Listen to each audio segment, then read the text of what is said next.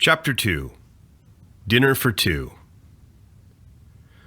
Sir Winston's was just a hop, skip, and a jump from the reception area. The outside of the restaurant was rather imposing. Mike was merely a lowly insurance professional. The floor was adorned with a robust red carpet with a purple inlay, the kind of carpet lathered in a richness that might be found in an upscale penthouse apartment. The doorway of the restaurant was framed with gold plating. Mike stepped through the doorway with a sheepish subtlety, slowly peering his head in like a ballerina leering behind a stage curtain before a big show. "Welcome to the world-famous Sir Winston's Steakhouse," the balding maitre d' bellowed blissfully. He sung the words out like a carnival barker attempting to draw in a crowd. Mike looked up at the maitre d' with a big smile, like a dog staring up at his owner. The maitre d' stood 6 feet 6 inches tall. His head practically touched the ceiling beams. He was wearing an all-pearl white uniform with white shoes and white gloves to match. I felt more like a child standing outside of a roller coaster while the attendee checked my height. Luckily for me, this ride didn't have a height requirement. "How can I help you this evening?" Mike cleared his throat and said, "Table for two, please." "Table for two. Do you have a reservation?" the maitre d' said while doing a terse scan over the reservation list. "I do. At least, I think I do. I'm part of the haunted ghost tour this evening."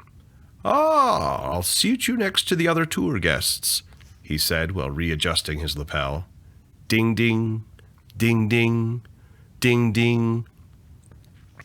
The maitre d' flagrantly flanged and captivatingly clanged the dinner bell. The dimly lit restaurant shined and shimmered with the golden refraction of incandescent light bulbs bouncing off the gold-plated captain's bell. The bell had a 6-inch black leather handle and couldn't have been more than 3 inches in diameter. For such a petite bell, it sure packed a big wallop. "Follow me, sir," he said and led the way through the restaurant. We didn't make it 10 feet before the maitre d' stopped abruptly, looked back, and asked, "Sir, will your guest be arriving soon?" "To be honest, I'm not sure." "Well, follow me. We'll get you a table." Mike sat down at one of the smaller dining tables and began to stare aimlessly out into the harbor. He couldn't help but wonder whether or not his grandfather had eaten at this very table 60-some-odd years before. Mike grabbed the oversized dinner menu and stood it upright on the table. The menu was as expansive as a fully loaded plate of nachos. The menu was about 18 inches tall and covered the better part of Mike's periphery view. "Sir, I'll be your waiter tonight. My name is Tony. If you need anything, I'm your guy." Mike lowered his dinner menu and said, "Sounds good to me." "What could I start you off with tonight?" Tony looked at the empty seat with a curious disposition. It was one of those awkward, disappointed grins people adorned when they saw half their tip disappear in front of their eyes. At one point in my life, I was dependent on the generosity of others to make a living. Either way, I'd make sure to leave a decent tip. "Are you waiting for one more, or?" "Tony, give me about 5 minutes and I can probably better answer that question." "I got you. How about a drink while you wait?" "Sure, why not? A bottle of your most overpriced Pinot Noir. That'll do me just fine." "Coming right up, sir," Tony said, and scurried off to the wine rack to pull an overpriced bottle of wine. It was the kind of wine that you could upsell to foreigners and tourists looking to spend some paper. Mike placed the menu back up and continued to peruse the various entrees for the main course. In reality, it was an affront to conceal his utter failure at spitting game with the concierge. Don't get me wrong, I love a good bottle of wine and wrestling with my inner demons, but tonight I was hoping for some friendlier companionship. Oh well, more wine for me, I guess. Apparently I must be losing my sex appeal. "Is this seat taken?" a soft voice murmured. Mike placed the dinner menu back down on the table. To his delight, was the luscious and lanky Katharina Myers standing sheepishly ajar from the table. Mike beamed a smile as a show of a warm reception. He pointed over to the seat with his hand, and she slid into it like a race car driver sliding into a pit stop. She started looking around awkwardly, hoping to avoid any judgment from her coworkers. "What's good here?" Katharina was jolted by the question, like a recently resuscitated patient shocked back to life by a defibrillator. "I honestly have no idea," she said, and trailed off. Mike raised his eyebrow and tilted his head to the right. It was the politest way he knew to say WTF without actually saying WTF. Kat immediately picked up on the signal and continued by saying, "Oh, I've never eaten here before." "Well, looks like we're in the same boat." "Yeah, you could say that again," she said without picking up on the sarcasm. She started uncomfortably fidgeting in her chair. Mike considered himself somewhat of an expert when it came to reading people, but for some reason couldn't get a solid read on his new companion. "Look, I don't really know about this. I'm really not supposed to date the guests," she said with a whisper and half-covered mouth. "Date? Who said this was a date? Don't get ahead of yourself. We're just two people eating dinner," Mike said jokingly to deflect the understandable awkward tension in the room. The tension was as awkward as it was cliché, in that you could cut it with a knife. The hostess started blushing and smiled back at Mike. She started subtly nodding up and down. At first, I wasn't sure what to make of it all. Was she into it? Did she want to eat and make out like a bandit? Time was the great artificer of life, in that I would soon find out. "Okay, good," she said with a seductively sassy and satisfied grin. Katharina started vigorously investigating the menu. She ran her fingers and eyes up and down the menu. Just as fate would have it, Tony the waiter walked back over to the table, dropping off a fresh decanter of Pinot Noir. He flipped over the wine glasses and started pouring a glass for Mike Allen. "What are you drinking this evening, miss?" I'll have a martini, please. Stirred, not shaken." "Right away, miss," the waiter said while scurrying away to the bartender. "Do I detect a little bit of an accent?" Mike said while making intuitive hand gestures. It was one of the many side effects of being raised in an Italian family. Katharina delicately placed the menu down on the table and started stroking the ends of the leather-bound menu with her fingertips. The menu was wrapped in a thick black leather and embroidered with a golden thread. "Are you from the area?" Mike said while slowly sloshing his wine glass. The wine swirled around the sides of the glass, like waves crashing against the hull of a ship at high tide.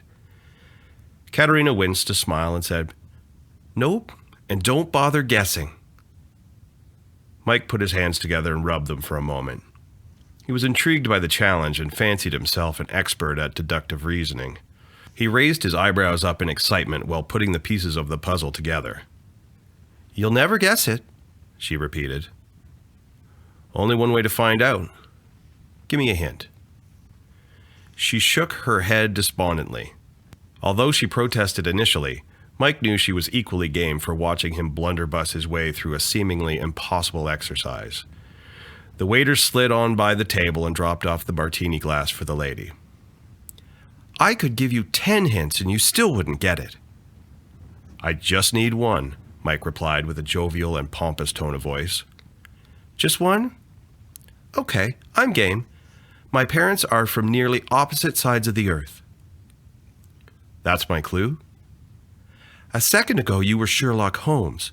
What else do you need?" Okay. Don't make it too easy for me. I didn't catch your last name." "Myers. Katharina Myers." "Oh. Well, that makes it rather easy, Ms. Myers." She scoffed and said, "You'll never guess. I'm telling you, don't bother. Many have tried and many have failed." Mike placed his hands up, creating a frame around her face like an old-timey photographer setting up a still photo. "Myers narrows down half the equation for me." Katharina was skeptical of his claim and squinted her eyes in disbelief of his dubious conclusion.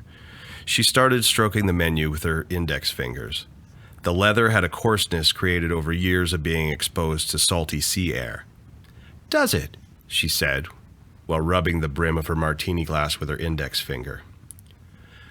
Myers. Myers is a name commonly found in the Caribbean. If I'm not mistaken, it's most commonly found in Jamaica. Quite commonly found there, in fact. Which is why I take it you are so soft-spoken. Your father? Yes, your father is most likely from Jamaica. She started slowly nodding her head and took a lackadaisical soothing sip from her martini glass. Now, the question is, where is your mother from? Mike gallantly gazed at his geographically grand dinner guest. Can you pronounce a word for me? A word? Which word did you have in mind? Can you say proverb? She was perplexed by the question, but plowed on by providing a provincial pronunciation of the word in question. Proverb? Well, well, well. That certainly narrows it down for me. Does it really? She asked without compunction or predilection. Your mother is from a German-speaking country. Normally I'd peg her for Germany, but that'd be too easy. There are approximately 42 countries that speak some kind of German. Your kind of German, however, comes from a place called Switzerland. Your mother is Swiss. Katharina took the olive out of her martini glass and sucked it down. She slowly removed the toothpick from her mouth and placed it on the table. A faint impression of her red lipstick imprinted on the toothpick. Okay. Okay? Okay, I'm impressed. Probably not as impressive as the story of how they met. How they met? It's a long story. Last time I checked, we've got all night. Do we? She asked somewhat salaciously. Mike took a conspicuous sip of wine to stall for time. The pinnacle of any good date was an awkward, palpable pause. Pausing was an art form. Pause too short, and it loses any effect. Pause too long, and it gets creepy. What you have to find is that porridge is just right kind of customary awkward pause. The kind of pause that is just right. Believe it or not, they met on the final voyage of this very cruise liner. Really? You don't say. I do. My mother was a passenger, and my father was a deckhand. It was one of those classic star-crossed lovers met at first sight kind of love stories. Should we figure out what we want to eat? Oh yeah, food. I almost forgot. I'm starving. The couple went back to perusing the purposefully oversized dinner menus. The menu was broken down into 3 sections of 3-course meals. It was a large menu with a small selection. The irony wasn't lost on the couple. The couple cudgeled the menu with some obligatory small talk. What do you feel like? I'll take dinner. How about you? Katharina giggled gleefully at Mike's gregarious sarcasm. It was one of those uncomfortable obligatory giggles, like a wife laughing at a husband's bad joke. You know what I mean. Just as Mike was about to respond, the winsome waiter waltzed back and interjected himself into the conversation. Okay, what are we having, folks? I'll take the 16-ounce T-bone steak. All right, 1 T-bone for the lady. How would you like it cooked? Give it to me how I eat sushi. Raw. Mike's eyebrows shot up faster than Marilyn Monroe's dress while standing over a subway grate in New York City. 1 T-bone steak, wave it over the flame, pink and bloody. Would you like soup or salad as your side? I don't eat rabbit food. I'll take soup, please, she said while placing her menu back onto the table. Mike gawked at the guest's dinner order. I guess I'll have what she's having, Mike said while handing the waiter over his menu.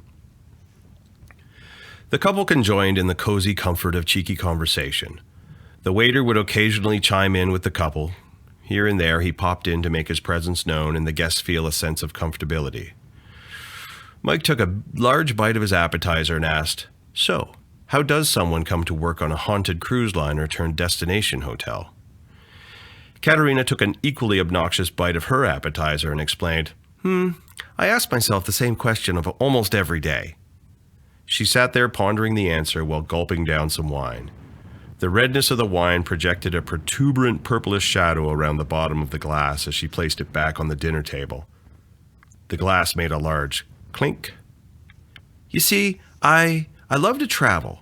It's always been a dream of mine to travel the world, see new things, meet new people. I could see that, he said, while restraining the better half of his sarcasm. Mike found it ironic that someone who wanted to travel the world worked on a permanently marooned cruise liner. He took the decanter of wine and refreshed her glass. Mike always found wine to be the most suitable concomitant for getting better acquainted with strangers. Is that something your family was always into, or kind of your own thing? Like I was saying earlier, my father met my mother on this very ship. So happens they met on the last trip across the Atlantic. My father worked on the ship, and my mother was traveling from Switzerland to America. Yeah, you know, that oh-so-typical love story. She looked back at Mike with an almost amatory gaze. He abruptly started fidgeting with the silverware on the table and randomly began rearranging everything to his liking. The waiter snuck in and slipped piping hot T-bone steaks onto the dinner table. Careful, these plates are hot. By the looks of it, so is the conversation. Anything else I could grab you? Another bottle of wine? Any wine in particular? The waiter said, somewhat sarcastically. I was under the distinct impression he wasn't used to serving people with such lack of sophistication. To me, wine was just that. It was wine. I didn't take much care in knowing brands, vintages, or the complexities of regional flavor profiles. The only problem I had with steakhouses was the unwritten expectation that if I ordered a bottle of wine, I should be a sommelier. I looked back at the waiter with a less than sober response and replied, "Red." Kat gleefully looked at her T-bone steak and said, "Ketchup, please." Ketchup? Is she for real? Surely she must be joking. Who in the right mind would ruin a $100 T-bone steak by smothering it with tomato paste and vinegar? How sacrilege, I thought. The waiter was equally as offended by the request. He stood motionless, like a deer staring down headlights on the highway. "Right away," he said while walking away. I could tell he was somewhat glib serving us. He held this aura of snootiness only found in upscale restaurants. As a former server myself, albeit at a less fancy restaurant, I always found it auspicious to treat each guest like gold. Ketchup on a T-bone steak? Kat scoffed and asked affirmatively, "Have you ever tried it?" Well, no, I can't say that I have. I suppose to some extent my protest was more based on the relative taboo of the situation rather than personal experience. "Don't knock it till you try it," she said while flashing her eyebrows twice. I thought it a ripe time to drain the decanter and wait for our respective bottles. Mike picked up the decanter and started topping off Kat's glass. The long pour flowed like a waterfall into her wine glass. He poured every last ounce of wine into the glass. It left a faint rose-colored hue in the decanter, like the rosy stain imprinted on a used blood bag. "So, what do you do for a living?" Mike responded while putting down his glass of wine. Unbeknownst to Mike, the wine had left a purplish red stain on his perfectly pristine porcelain teeth. "I'm assuming you don't make your living traveling from hotel to hotel offering strange women 5-star dining experiences." "No, of course not. I haven't done that in hours," Mike said while carving into his steak. Nothing produced quite the unique sound like a solid silver steak knife scratching against the plate. The congealed fat clung into the edges of the steak like a loose-fitting silk kimono around a newlywed on her honeymoon. What do I do for a living? That's a good question. You've known me for a couple hours now. What do you think? You don't like ketchup on your steak, so I figured you're probably a serial killer or a salesman. Serial killer? Why would you say that? You have 2 first names and terrible pickup lines. That's why. Terrible enough to get you to dinner. Fair enough. I might be old-fashioned, but it probably isn't a great idea to ask someone if they're a serial killer on a first date. I haven't decided. Decided? If this is a first date. Okay, so you're not a serial killer. What do you do? I'm an insurance actuary. An insurance actuary? It's kind of complicated. Uh-huh. So you sell insurance, or... Sell insurance? No, not anymore. It's complicated. So? Mike pulled out his napkin and started unfolding it. It was a lazy way to stall for time as he dug up an apt analogy. Although he loved being in the insurance industry, he often found it quite difficult to explain to the uninitiated. Yeah, how do I explain this? Do you like to gamble? Of course. Who doesn't like to gamble? Well, in essence, I help people gamble. Well, not people per se. I help insurance companies gamble. Gamble? On what? How do I do this without completely derailing the conversation? I sat there for a second to contemplate the best explanation with the least amount of risk to killing the mood. In this case, the simplest explanation would probably suffice. It's kind of complicated, but I'll try to make it simple. Try me. Mike shook his head and put down his utensils on the table.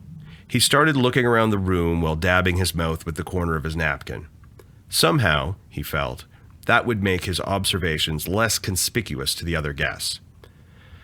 How do I explain this? You see that couple over there? Mike asked while nudging over to the bar with his head. Kat looked over to the bar and spotted an older gentleman sitting alongside a much younger female companion. She was wearing a thin red dress and black 6-inch stilettos. You mean geriatric Casanova sitting over there at the bar? Salt and pepper hair. He's about what? 5 feet 9 inches, give or take? Looks about right to me. Based on the untucked button-up shirt and nylon waist-banded designer jeans, I'd say he's hiding a bit of a gut. He probably weighs about 220 pounds. Easy. You can tell all that from over here? Educated guess, Kat.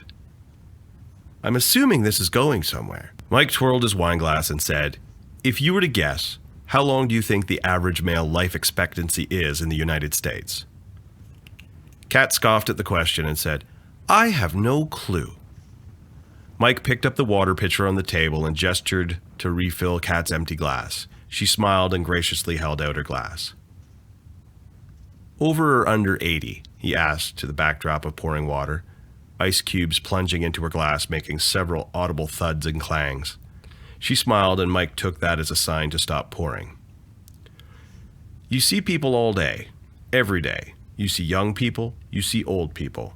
What do you think? I'd say over? I mean, people live pretty long nowadays. Seems like it's over 80. 76 years old. And I'd say by the looks of it, Casanova over there is at least 2 marriages deep. Based on his midlife crisis wardrobe, flashy jewelry, I'd say he's pushing at least 59 to 65. Kat locked her gaze onto the gentleman at the bar to analyze Mike's deductive dossier. Here's the crazy part. I can probably tell you when and how he's going to die. Based on his BMI, estimated age, and lifestyle, I'd say that there is a 92.5% chance of a heart attack-related fatality within the next 7 years. You can tell all that? From a glance? She asked while covering her bottom lip with the tips of her fingers. The faint yellow glow of the chandeliers and candlelight refracted against her sparkly nail polish like the twinkles of a star fading against the backdrop of the rising sun. Well, yeah, that and the fact he was behind me in line. I had plenty of time listening to him spit game at the young, unsuspecting damsel in distress. Kat whipped her napkin at Mike in a show of condemnation for his shrewd showmanship. My job is to look down into a magic hat and pull out a rabbit. You sure know how to leave an impression on a girl. Mike clutched onto the top of his wine glass with his fingertips. He started slowly turning the glass like a thief twisting the dial on a safe. Someone told me that Marilyn Monroe once said, "Life is too short to be boring." Now, I don't really know if she ever said that, but I'd be damned if she was wrong. Kat scoffed and asked in a salacious tone, "Any other tricks you plan on pulling out of your magic hat that I should know about, Mr. Allen?" Depends. I never understood the customary mundane conversations that often accompanied a first date. What's the point of putting a mask up? It's not like I'm looking to get married after the first date. The way I saw it, I might as well push my chips in and see where it goes. Depends, huh? On what? Kat grasped onto her butter knife with both hands and began to fidget with it. She started tapping her fingers on the knife. Mike chalked it up to some kind of nervous tic that was born from checking in thousands of guests on that old mechanical keyboard. Depends on if we make it past dessert or not. Speaking of which, anything standing out to you in the dessert menu, or what? Mike pulled up the supplementary dinner menu and began to peruse the dessert options. He managed to hide the better part of his face with the menu, tilting it partially on the table and lazily running his index finger up and down the menu. He was perusing the menu like a writer with writer's block, rapidly running through a thesaurus.